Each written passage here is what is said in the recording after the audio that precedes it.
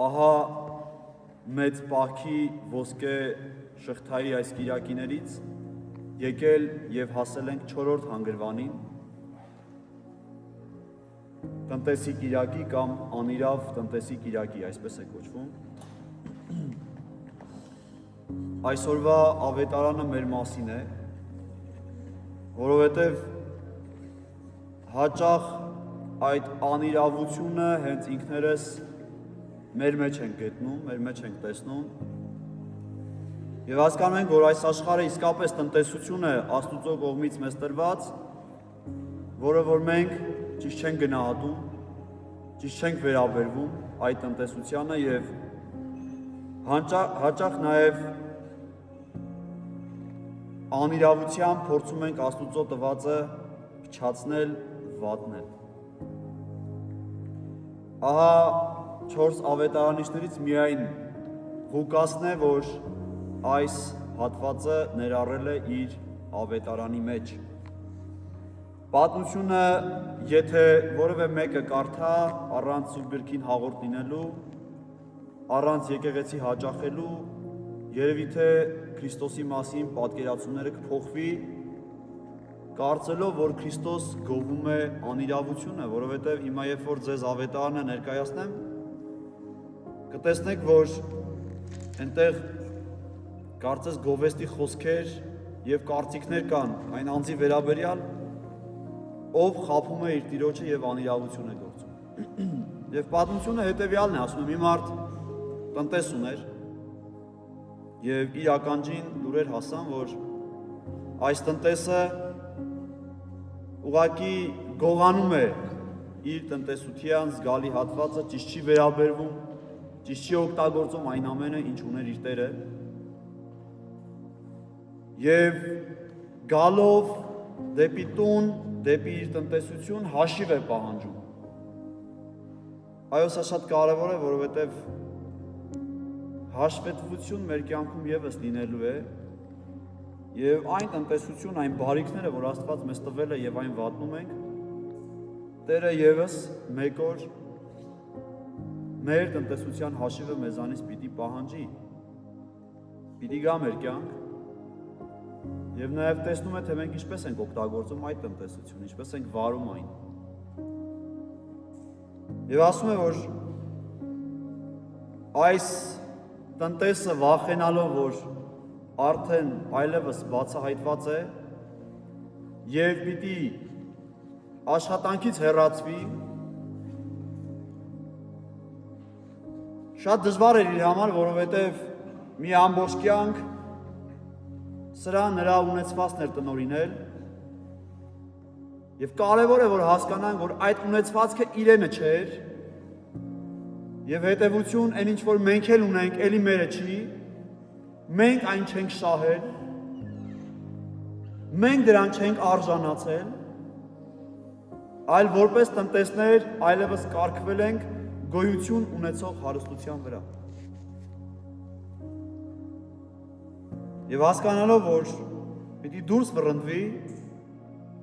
մեկ այլ ավելի վատ հաշվարկյան։ Որոշում է բոլոր այն մարդկանց, ովքեր որ պարկ են իր տիրոջը, կանչել և մի բան էլ նրանց լավություն անել։ Եվ այդ լավության հաշվին վատություն անել հենց իր տիրոջը։ Հաճախ մենք էլ ենք այդպես գործում, որովհետև փորձում ենք օրենքները շրջանցելով, Աստծո տվածը չխնայելով, անգամ վատնելով և ինքներս մեզ և ուրիշների լավություն անել։ Եվ ասում է կանչեց առաջին պարտատիրոջը և ասաց. ինչքան պարկ ունես։ Սա պատասխանեց, որ 100 աման կամ տարա ձեթ։ Ասաց նստիր և գրիր 50։ Այսինքն կեսը, ուղիղ կեսը հանեց։ Մի բանի, որ իրեն չէր պատկանում։ Եվ երկրորդին կանչելով ասաց դու ինչքան պարկ ունես, սա էլ ասաց 100 պարկ ալյուր կամ ցորեն։ Սրան էլ ասաց նստիր և գրիր 80։ Եվ ասում է Տերը գովեց նրան։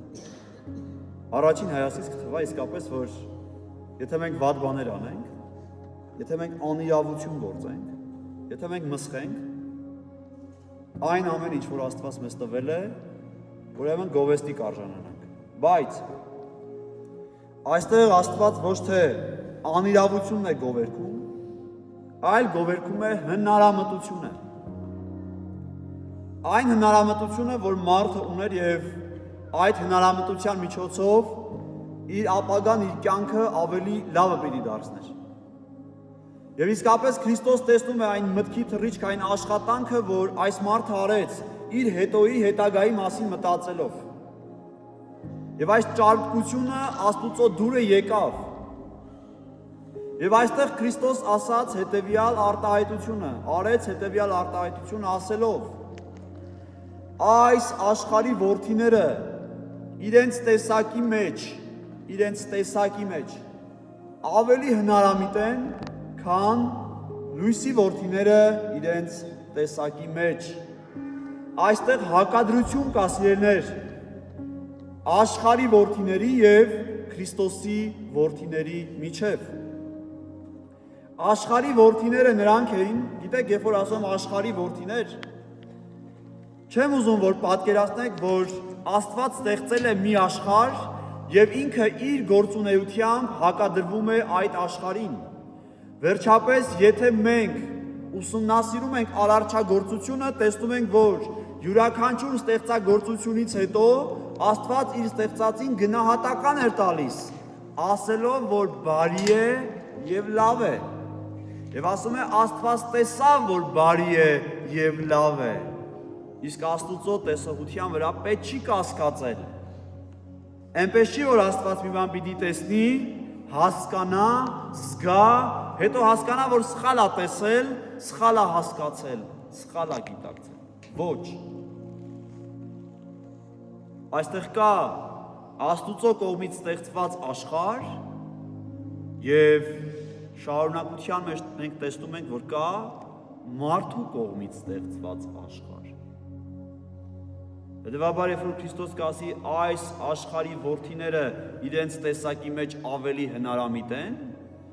Քրիստոս խոսում է մեկ այլ աշխարհի մասին, որը որ մարդաստեղծ է։ Մարդն է այդ աշխարհը հիմնել։ Եվ իր աշխարհի մեջ փորձում է անտեսել լույսի աշխարհը։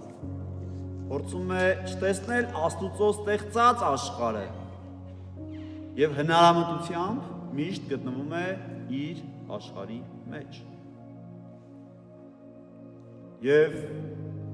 այո, այս արտահայտության մեջ կա ափսոսանք, կա կսկիծ, կա ցավ։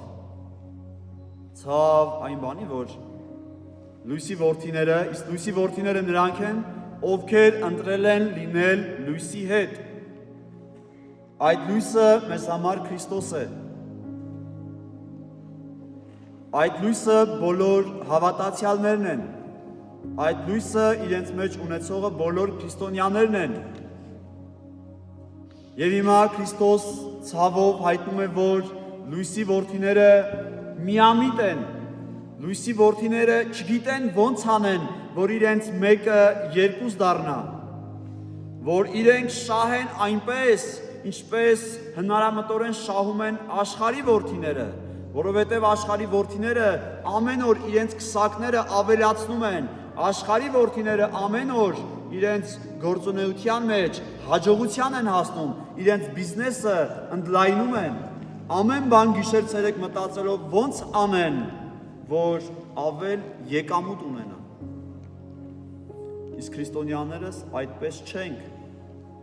Քրիստոնյաներս հապաղում ենք։ Այն ինչ որ Աստված մեզ տվել է,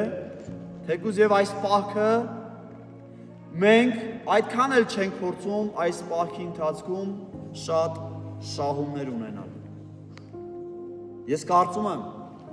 եւ մտածում եմ այս պահին, որ այս պահքը մեզ համար տնտեսություն է տրված։ Եվ հիմա մենք պիտի փորձենք շահել այդ տնտեսության մեջ առավելագույնը։ Եվ պետքա կամքի ուժ դրսևորենք, որպեսզի կարողանանք իսկապես շահած դուրս գալ։ Սիրելիներ, չեմ ուզենա մտածել, որ Քրիստոսի սրտից դուրս եկած այդ ցավը այսօր դեռ շարունակում է։ Եթե այդպես է, եկեք յուրաքանչյուրս անհատապես, անուն առ անուն, նախ փորձենք հասկանալ, մենք աշխարհի որդիներն ենք, թե լույսի որդիները, եւ եթե մենք ուզում ենք լինել լույսի որդիների մեջ, լույսի որդիների շարքում, եկեք այս պահոց շրջանում այնպես անենք, որ Աստված մեզ իր տնտեսությունից չհեռացնի, որ Աստված նայի մեր տնտեսության ներսը եւ այնտեղ բարի ու լավ տնտեսներ տեսնի, որ իսկապես տնտեսում ենք հենց առաջին ինքներս մեզ, մեր կյանքը, մեր փրկությունը։ Եվ հավատացեք, եթե անիրավ տնտեսին գովերքեց, գովեստի խոսքեր ասած, մեզ եւս առավել գովասանքի կարժանացնի։ Թող Տիրոջ սերը, շնորհն ու ողորմությունը ամենքիս հետ լինի, այժմ եւ միշտ եւ հավիտյանս հավիտենից ամեն։